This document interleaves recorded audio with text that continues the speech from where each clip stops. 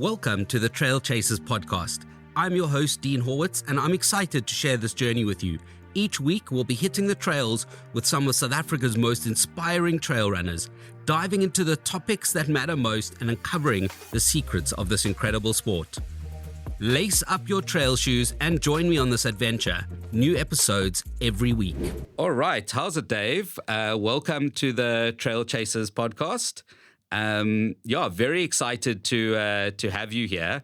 As we've kind of been chatting, I'm doing a special series on UTCT, and I really want to kind of get the kind of inside view on what actually happens kind of behind the scenes.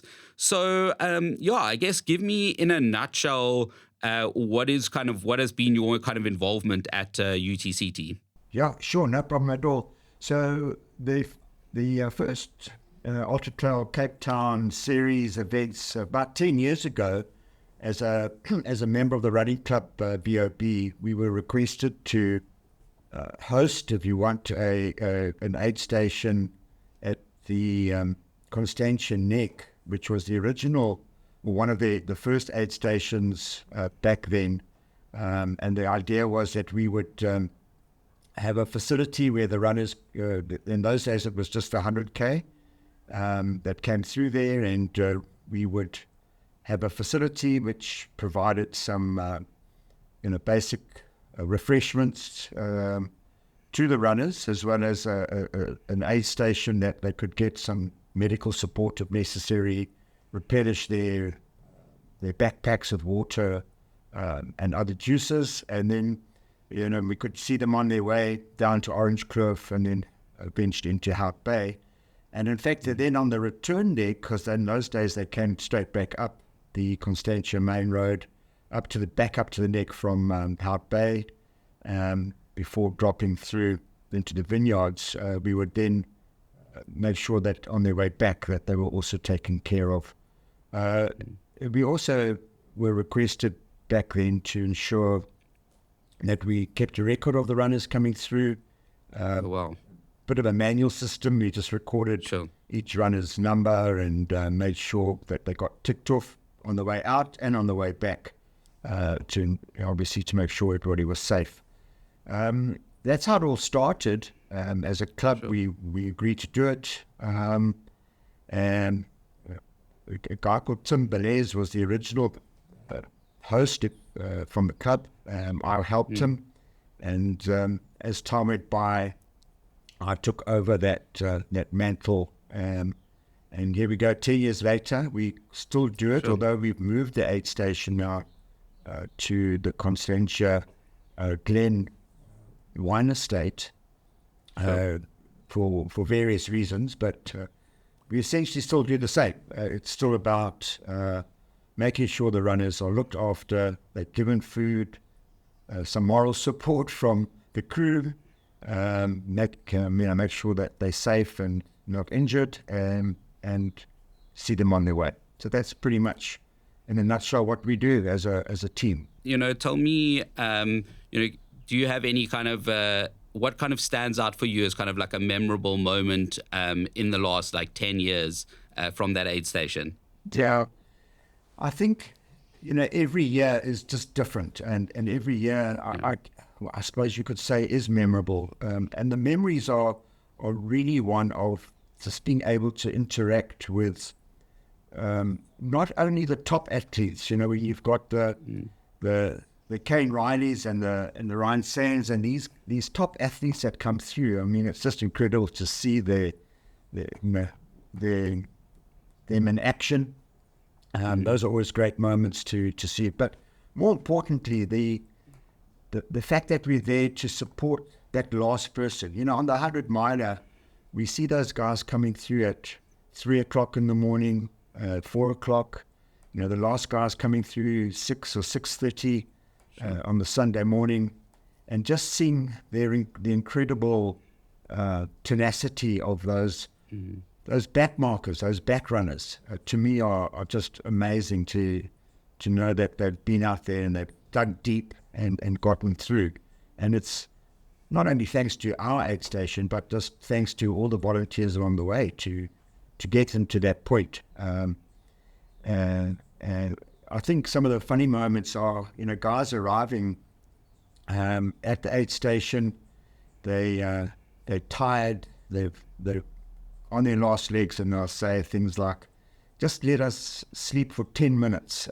Wake me up in 10 minutes." And you go, well, surely 10 minutes isn't going to do anything. But actually, that 10 minutes just rejuvenates them, and up they get going again. And it's quite amazing to watch and see these guys do that. So, yeah, I think those are the moments. Just it's more about the guys at the back as opposed to the front guys, in my opinion. And do you find that the sort of the front guys are more like in and out, and the sort of the back guys are kind of, they take their time and, as you say, like have a bit of a sleep, or do the front guys kind of also take their time, make sure they get properly refreshed and things like that? Yeah, the front guys, very seldom do they stay much more than they give you the opportunity to check them in, to time them in.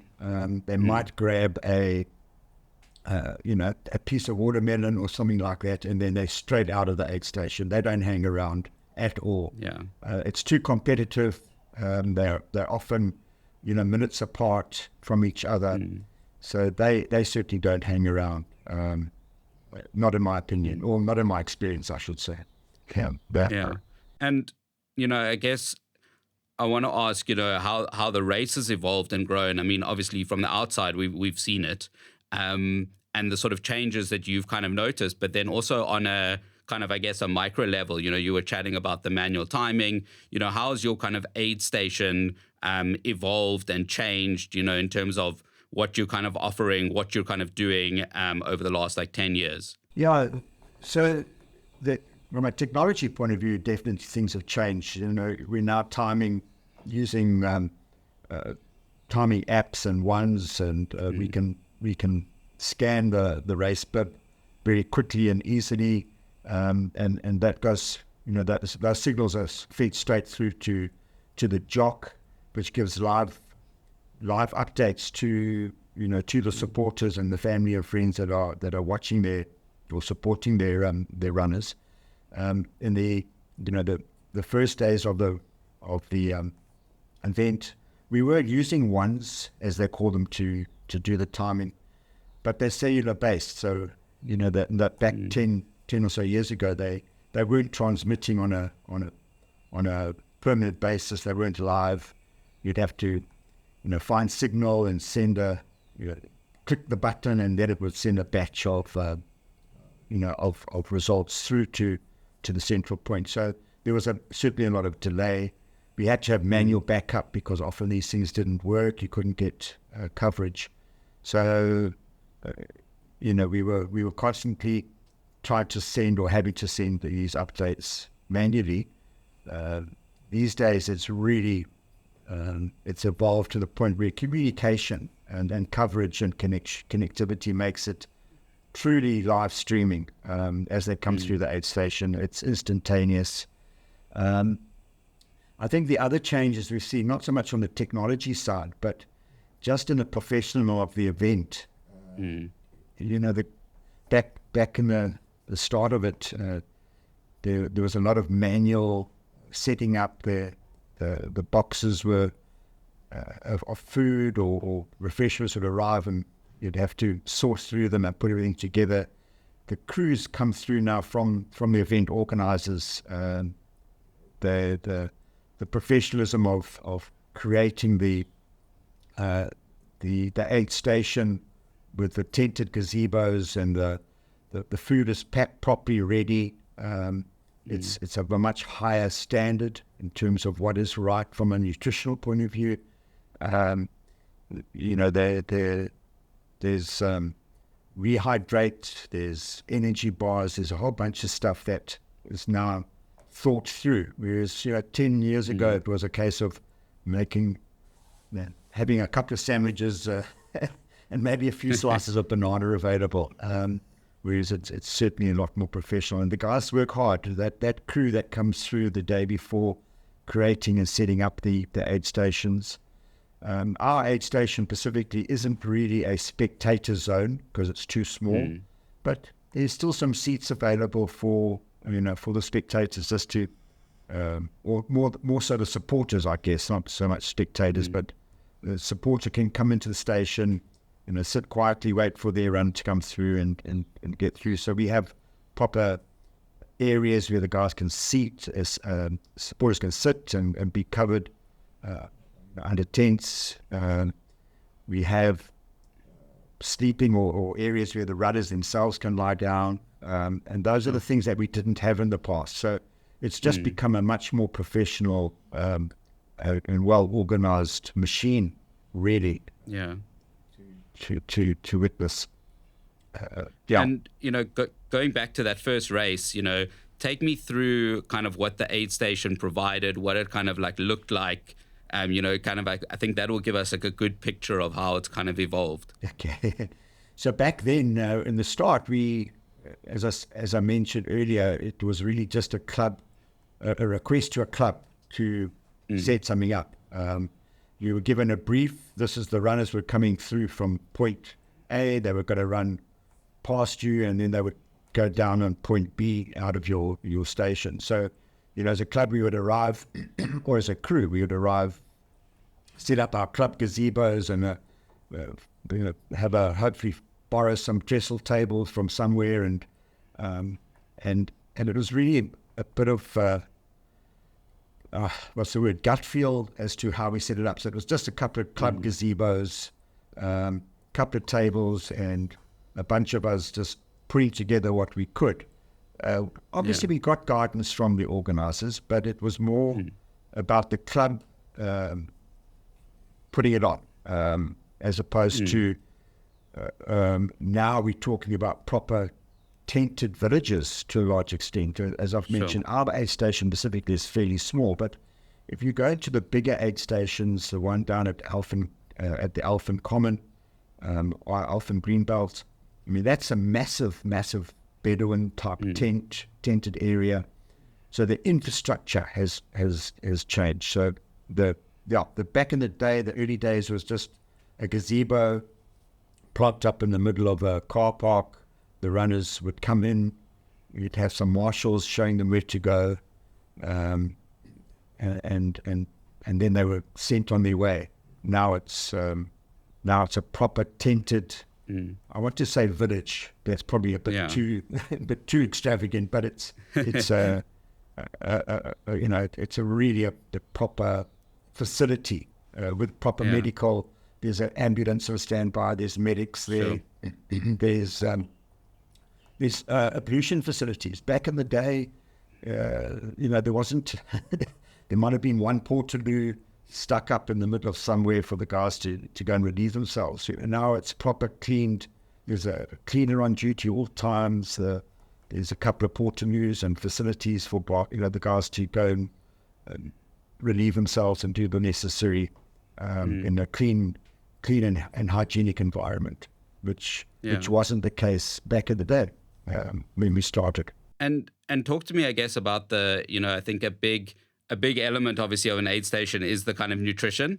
And it's definitely become like a big talking point in the, in the races and things that happen. So I guess talk to me about that evolution, of what you were offering back then and, what you're kind of offering now, but also kind of what people have been asking, of you when they come in or kind of expecting. How has that kind of evolved?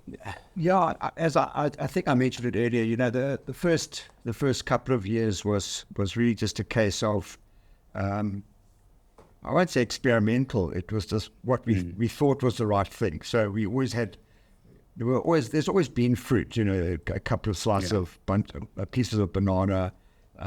We would make sandwiches for the guys with good old white bread and some peanut butter or bovril type samis. There's always been a bowl full of jelly babies or bar one type chocolates put out, and that's going back to the early days, and we still do that today. Actually, those are still available.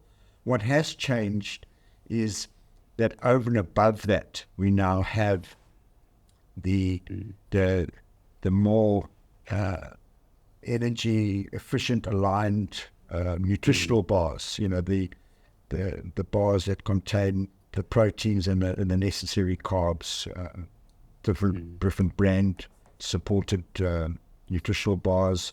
There's always, back in the day, there was only water available and good old Coke. That's kind of I suppose, has always been the default. Make sure you've got Coke and water available. And we still have that today. There's no change there. But over and above that, we have proper electrolyte mix that we mix up at the aid station, and we keep it in 25-litre bottles, so we're able to refill the runners' bladders or bottles with the necessary electrolyte mix that they would require. In the early days, we didn't have that. Of course, what's changed as well is the runners' gear themselves, which perhaps going off point a little bit. But No, I want to actually know about this. And what talk to me about that. I think because also it's like, are people kind of coming in now and, are they still asking for like the Bovril sandwiches, the Coke, or is it kind of more now a case of, can you just put water in my bottle to add to my kind of drink mix? Yeah. So again, great. So just on the kit side, when we started, it was very much the guys were running with a bladder on their back. When you'd have to take the bladder out and help them fill it with water, or if sometimes they would carry their own rehydrate kind of mix that they'd ask you to help mix up. These days, you don't get a lot of guys running with. So when I say guys, I'm talking about athletes. It's guys and gals, obviously. Not too many of them are running with bladders on their backs per se. They're running more with the soft bottles on their on their vests, and they certainly need those filling. Typically, they'll have one with water and the other one with a bit of a hydro electrolyte kind of mix, which we put together for them. But they still want the Bovril sandwich, and they still want the bar one, which is always available. So those are sort of, I think the kit itself has changed along the same lines as the kind of mix that we're giving them and what they want to carry. Gone are the days where you want to carry 3 kgs of water on your back. It's now it's a little bit more efficient as to what they're carrying. Most of the runners will have their own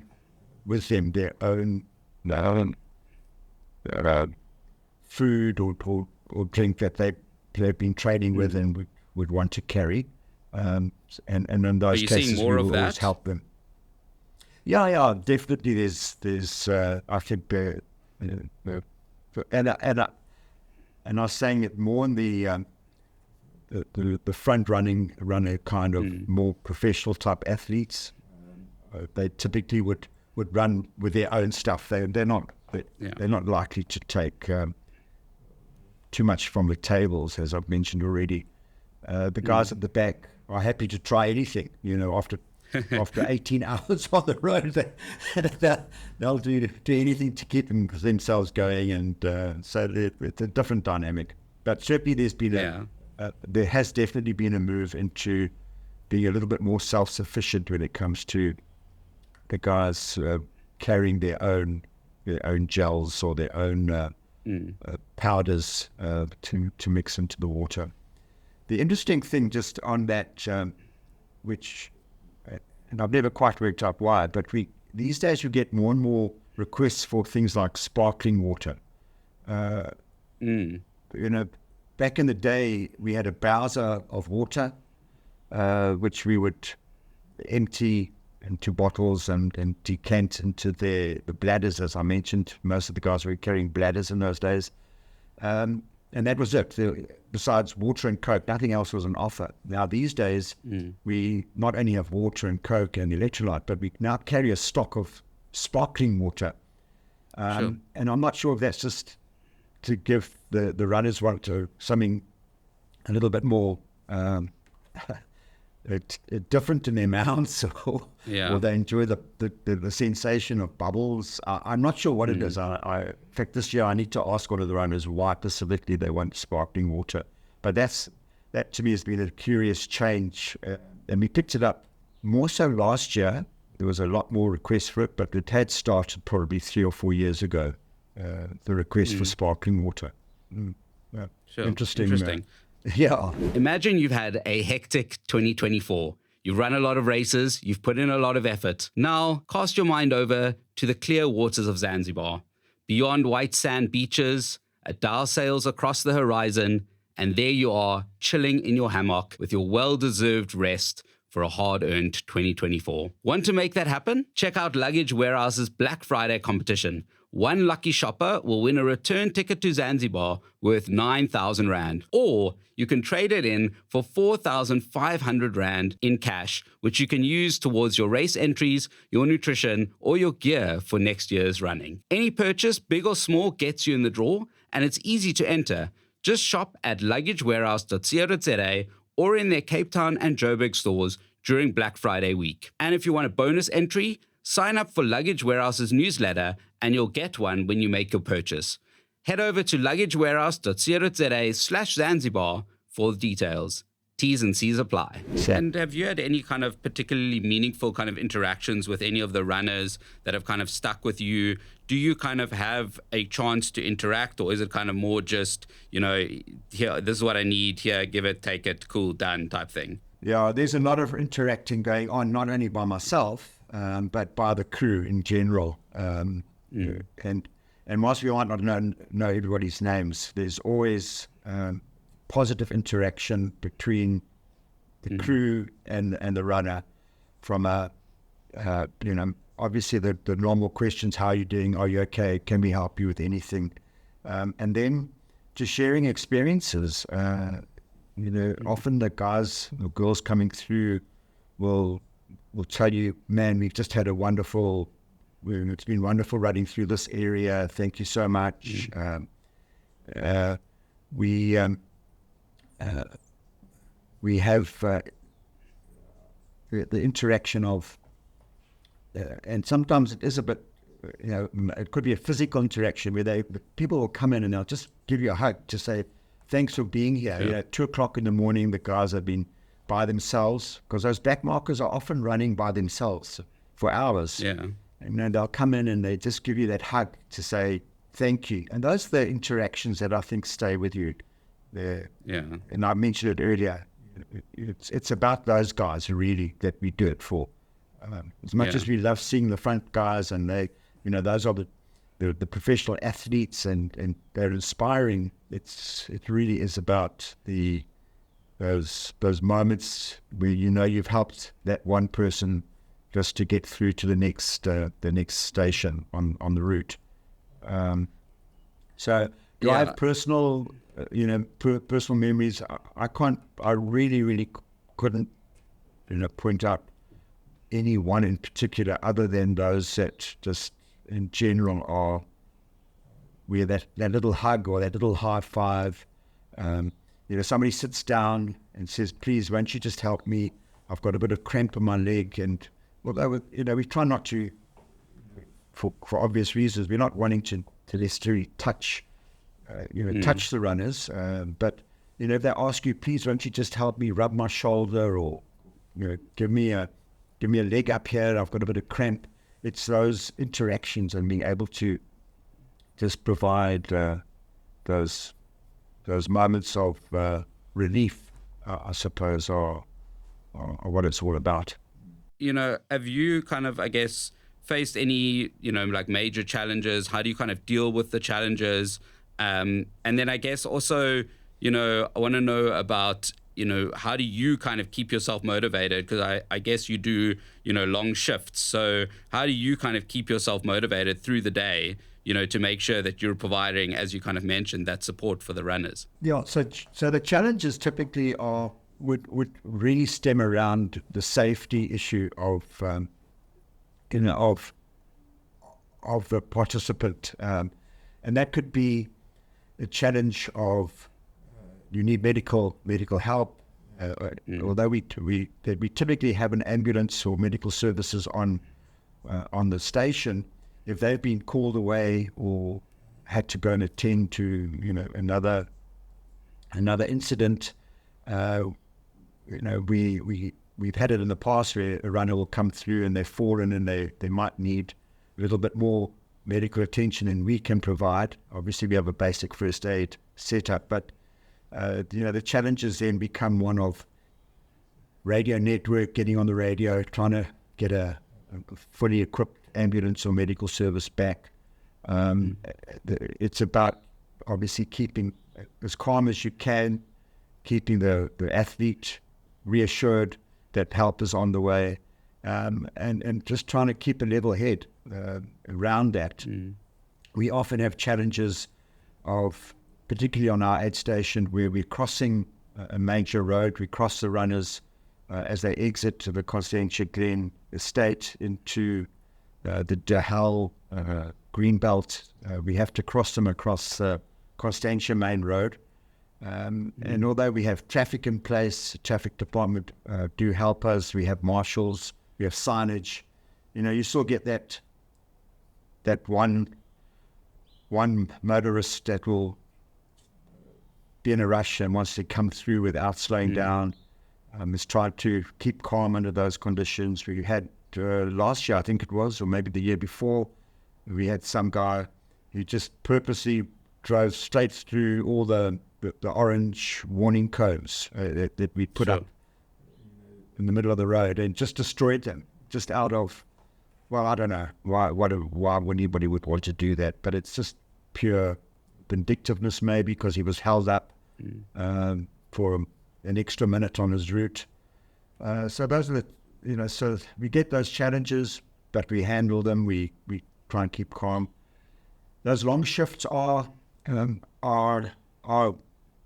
as you alluded to, you've got to keep motivated. What I do with the team is I make sure that we probably only need maximum 2 people on a shift in those late nights and in the early hours, but we always have a team of at least 4, if not 5 people together, and it's sitting and keeping yourselves motivated and telling stories. And we're all runners. Everybody that works on the station are in their own right a runner. They could be road runners. Most of them are trail runners themselves, and it's telling stories and relating to one another.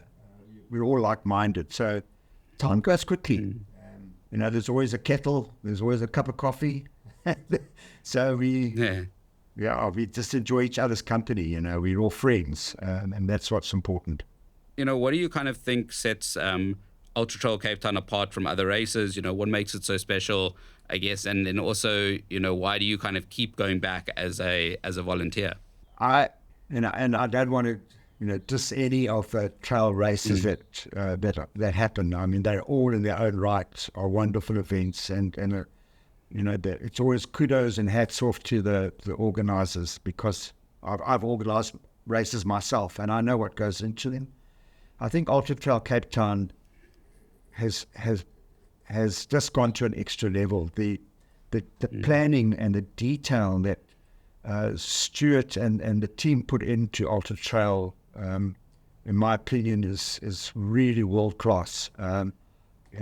Obviously I'm not a front, certainly I don't profess to be anything like a professional or seasoned runner. I'm just one of those back of the pack guys.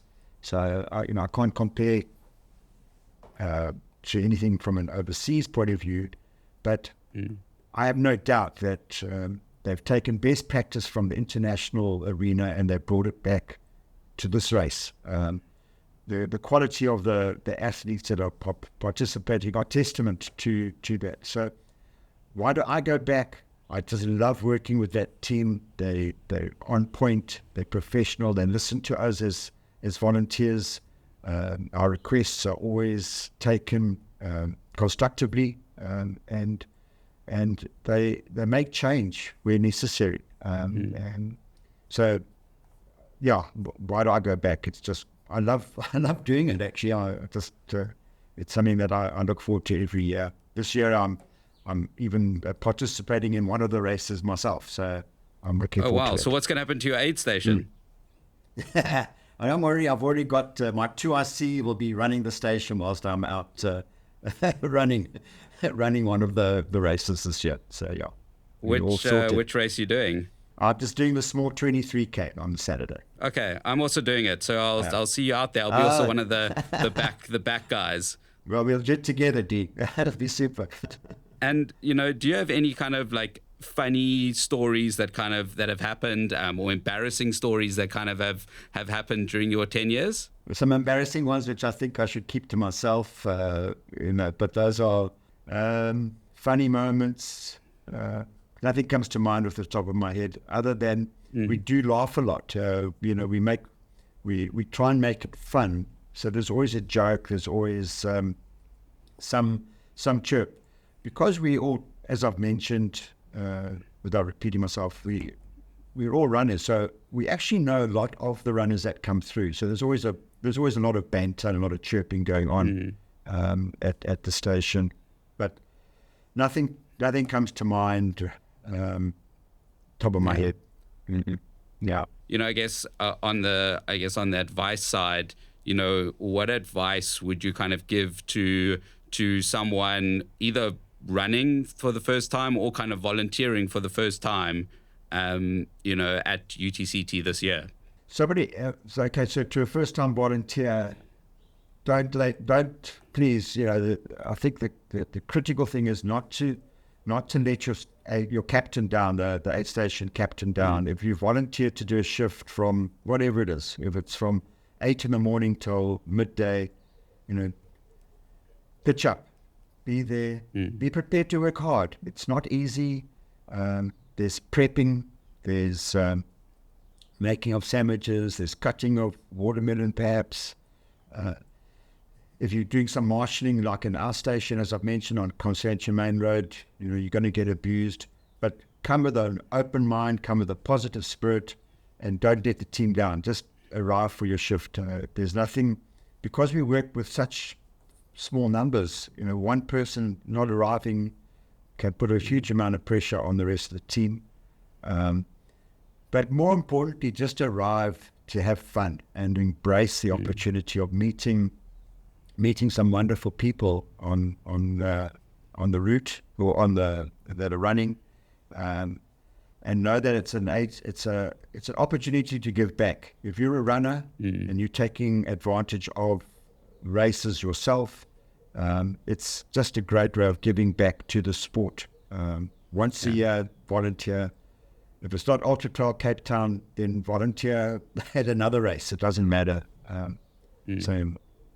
Yeah. And tell me in terms of advice for runners, maybe doing their first Ultra Trail Cape Town, in general, but also, what would you kind of want, runners to kind of know when they come to your aid station or any of the kind of aid stations? Obviously when you're running and you're racing, your mind goes to very different and sometimes dark places. But what would you want those kind of runners to be, I guess, cognizant of when they step into your aid station? Yeah, I think, the first thing is they need to know that we're there to help them. When we're there for their safety and their health. So often, we'll stop guys and say, "Hey, are you sure you're okay to continue?" And we do it because we're concerned, not because we're trying to be horrible or negative in any way. But you can pick up in people in those dark places. So as runners, be mindful that people working at aid stations are there for your health, your safety, your comfort, and use that opportunity to listen to and to seek advice if required. All aid stations are in contact with other facilities. If we need to get hold of medical or evacuation or whatever it might be, we're able to do that. And I think as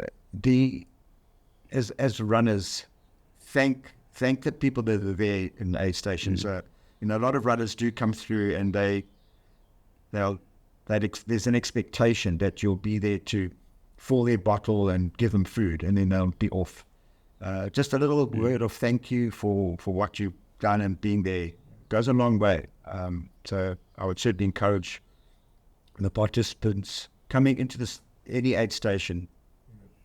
Remember, the volunteers are there for your benefit, for your health and your safety, and just give them that little thank you and a smile. Of course, the other thing that irritates runners, and I guess we've all been irritated by it, is that you get stopped because somebody wants to take your race number and to time you and to